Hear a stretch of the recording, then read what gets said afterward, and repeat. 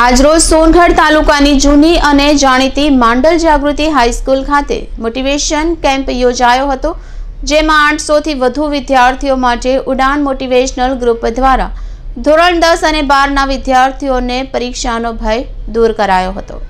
હાલ સમગ્ર ગુજરાતમાં બોર્ડની પરીક્ષાનો માહોલ જામતો જાય છે અને નોંધવું રહ્યું કે દરેક વિદ્યાર્થીના જીવનમાં બોર્ડની પરીક્ષાઓ મહત્વપૂર્ણ હોય છે। ત્યારે આજ રોજ પત્રકારોના પ્રયત્નોથી સોનગઢ તાલુકાની જૂની અને જાણીતી માંડલ જાગૃતિ હાઈસ્કૂલ ખાતે મોટિવેશન કેમ્પ યોજાયો હતો, જેમાં 800 થી વધુ વિદ્યાર્થીઓ માટે ઉડાન મોટિવેશનલ ગ્રુપ દ્વારા ધોરણ 10 અને 12ના વિદ્યાર્થીઓ સાથે 9 અને 11મા ધોરણ માટેનો પરીક્ષાનો ભય દૂર કરાયો હતો અને વિદ્યાર્થીઓને સમજાવવામાં આવ્યું કે કોઈ પણ પરીક્ષા જીવનની પહેલી કે અંતિમ પરીક્ષા નથી હોતી અને જ્યારે પણ તમારી હિંમત ઓછી થવા લાગે ત્યારે યાદ રાખજો કે તમારા સપનાઓ સાકાર કરવા તમારા મા બાપે પોતાના સપનાઓ ચૂર કર્યા છે અને ઈચ્છાઓને મારીને તમારો ઉછેર કર્યો છે।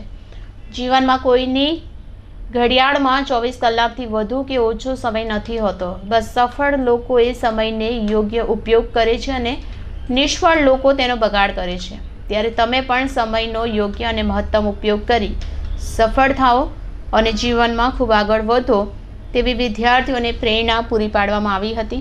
ત્યારે કાર્યક્રમમાં ભાગ લેનાર વિદ્યાર્થીઓ, શિક્ષકો અને આચાર્ય શ્રી કલ્પના મેડમે આ અંગે શું કહ્યું, આવો સાંભળીએ। Bureau report Bindeshwari Shah, city golden news, Tapi.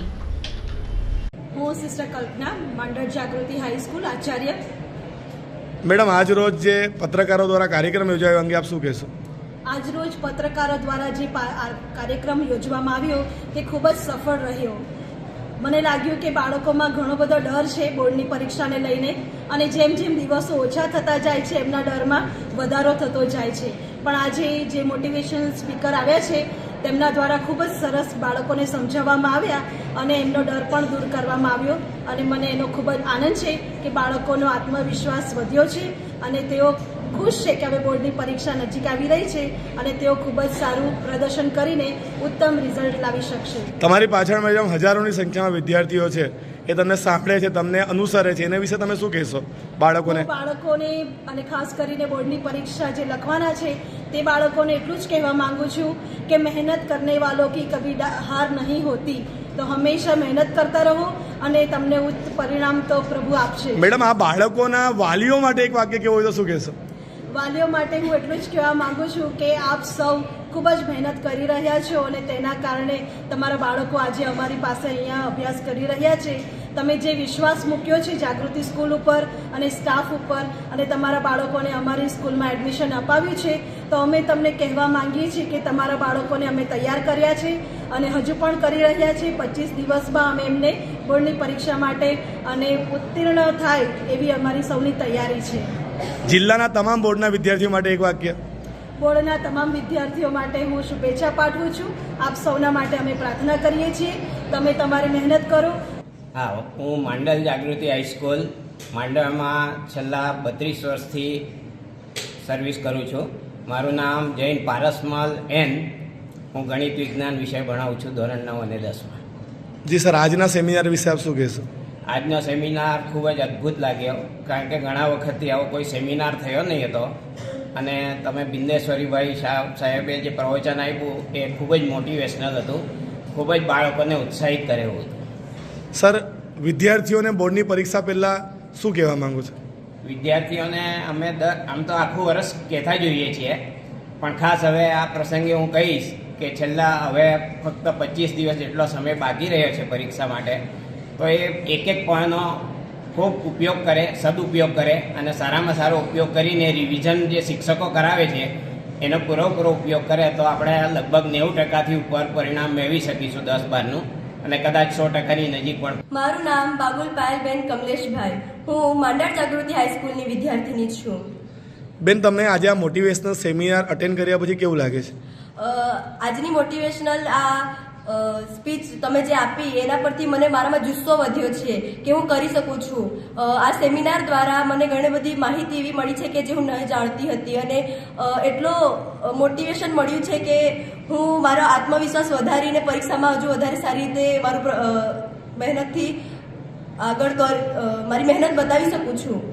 આદિવાસી વિસ્તારના હજારો બાળકો આ પરીક્ષા આપવા જઈ રહ્યા છે ત્યારે એમને તમે શું કહેશો? એમને હું એક જ વાત કહીશ કે આપણે જે વિચારીએ છીએ, આપણે જે સપના જોઈએ છે, આપણે કરી શકીએ છીએ. બસ એના માટે આપણે મહેનત કરવાની જરૂર છે.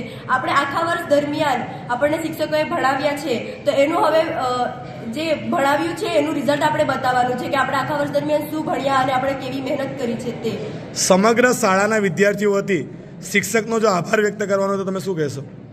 હું ટીચરોનો આભાર, એ તો શબ્દ નથી એમના આભાર માનવા માટે મારી પાસે, કારણ કે આખો વર્ષ દરમિયાન ભલે ક્લાસમાં ઘણા બધા વિદ્યાર્થીઓ હોય છે, હોશિયાર હોય છે, જેને આવડે છે, બધાને જ આવડે છે, પણ એ જોતા નથી કે કોને આવડે છે, કોને નથી આવડતું. જેને વધારે જરૂર છે એના પર ભાર મૂકે છે, આખા વર્ષ દરમિયાન મહેનત કરે છે. અમારી પાછળ એ એક્સ્ટ્રા ક્લાસ લે છે અને શાળામાં હજુ વધારે કઈ રીતે અમને સારું પડે એવી રીતે અમને કરાવે છે. એવા તમામ શિક્ષકો માટે એક વાક્ય કેવું હોય તો શું કહેશો? Thank you so much.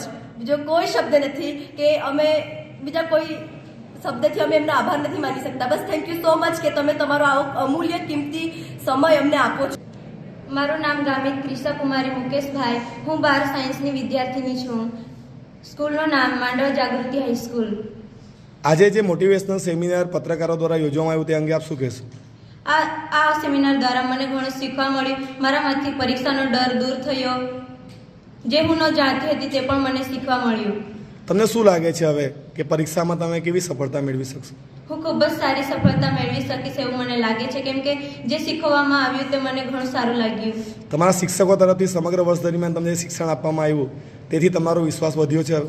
હા, મારો વિશ્વાસ વધ્યો છે. હું કરી શકું છું એવું મને લાગે છે અને હું કરીશ. જીવનમાં તમે શું બનવા માંગો છો? જીવનમાં હું ડૉક્ટર બનવા માંગુ છું. એના માટે કેવી મહેનત કરો છો?